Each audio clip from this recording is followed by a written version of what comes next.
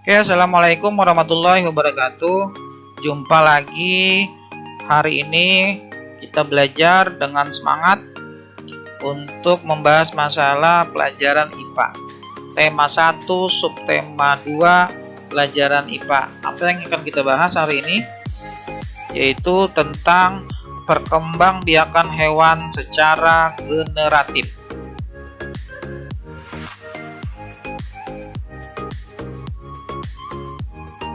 Berkembang biak adalah proses terbentuknya suatu individu baru yang sama jenisnya dengan individu yang menghasilkannya.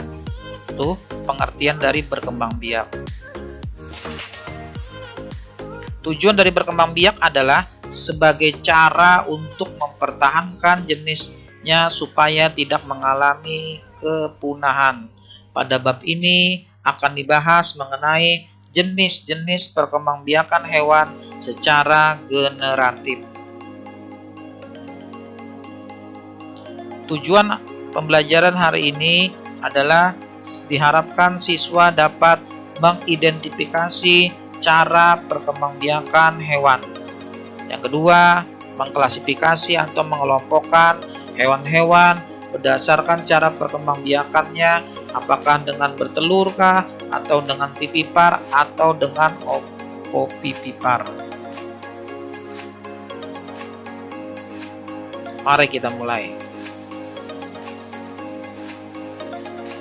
Perkembangbiakan hewan secara generatif atau biasa disebut dengan perkembangbiakan seksual terjadi bila sel kelamin jantan atau spermatozoid bertemu dengan sel kelamin betina atau sel telur. Perkembangbiakan hewan secara generatif itu terbagi menjadi 3 jenis, yaitu yang pertama 1. Ovipar, yang kedua vivipar, dan yang terakhir ovovivipar. Perlu kalian catat ini.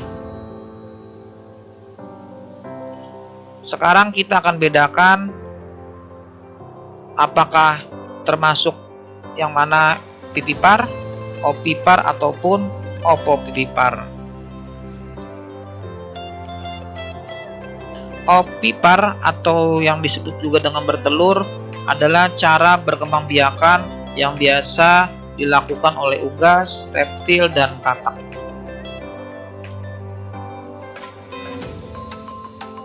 Ini Bapak ilustrasikan seperti ini, gambar telur, embrio dalam cangkang. Kemudian penjelasannya yaitu, setelah terjadinya pembuahan, embrio atau calon bayi yang dihasilkan akan tumbuh dan berkembang di dalam cangkang telur. Embrio atau calon bayi tersebut akan mendapatkan nutrisi dan cadangan makanan dari dalam telur.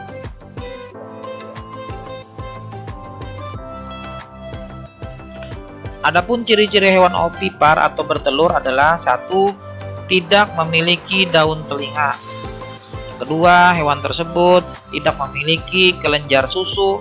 Dan yang ketiga, telur yang sudah keluar dapat dierami oleh induknya sendiri atau disimpan di lokasi tertentu sehingga telur tersebut dapat menetas.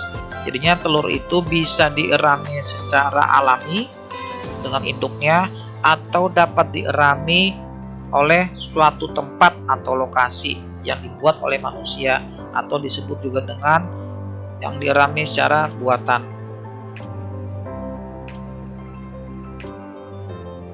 Kedua, vivipar atau melahirkan. Vivipar merupakan perkembangbiakan yang dilakukan dengan cara melahirkan. Biasanya itu terjadi pada hewan-hewan mamalia.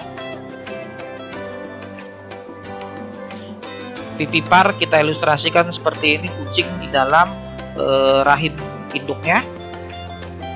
Penjelasannya yaitu, setelah terjadi pembuahan, embrio akan tumbuh dan berkembang di dalam rahim betina atau induknya. Selama di dalam kandungan, embrio tersebut mendapatkan makanan dan nutrisi itu dari induknya melalui plasenta.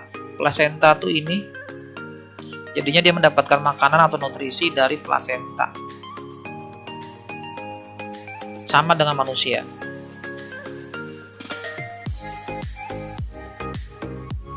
Adapun ciri-ciri hewan vivipar ada 3. 1. Hewan tersebut memiliki kelenjar susu. Yang kedua, memiliki daun telinga. Dan yang terakhir, memiliki penutup tubuh berupa rambut. Perlu kalian bedakan yang mana rambut, yang mana bulu. Rambut itu helaian, satu helai per helai. Sedangkan bulu memiliki banyak cabang. Kalian bisa bedakan contohnya antara rambut sapi dengan bulu ayam. Jadinya yang sapi, kambing itu merupakan rambut, maaf. Dan sedangkan ayam ataupun beberapa hewan unggas itu bulu. Sama dengan kucing. Kucing itu namanya rambut. Sama dengan kita memiliki rambut yang ada di kepala. Contoh-contoh hewan yang termasuk hewan vivipar sering kita temui, sering kita lihat gambarnya. Ini termasuk hewan-hewan yang disebut juga dengan hewan mamalia yang menyusui anaknya. Yang ketiga, yang terakhir adalah ovovivipar, bertelur dan melahirkan. Ketika terjadi pembuahan, maka embrio yang dihasilkan akan tumbuh dan berkembang di dalam telur. Sekilas memang terdengar mirip ovipar, tapi pada ovovivipar telur tersebut tidak akan dikeluarkan dari tubuh induknya, melainkan akan tetap berada di dalam tubuh induknya sampai menetasnya. Menetasnya berada di dalam tubuh induknya.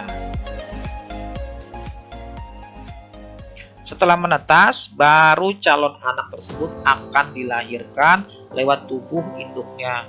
Jadi perbedaannya untuk hewan-hewan ovovivipar, telur berkembang biak di dalam tubuh induknya dan calon bayi langsung menetas ketika telur keluar dari tubuh induknya. Contoh-contoh hewan ovovivipar kalian bisa baca di sini. Mungkin yang masih terdengar kurang familiar yaitu mungkin platypus. Ini merupakan hewan asli dari Australia dan termasuk hewan langka.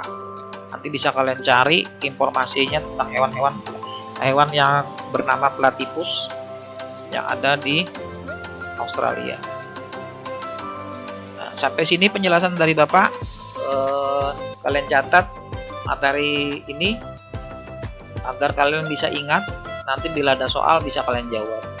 Kurang lebihnya mohon maaf. Jangan lupa terus belajar walaupun berada di rumah. Bapak akhiri. Assalamualaikum warahmatullahi wabarakatuh.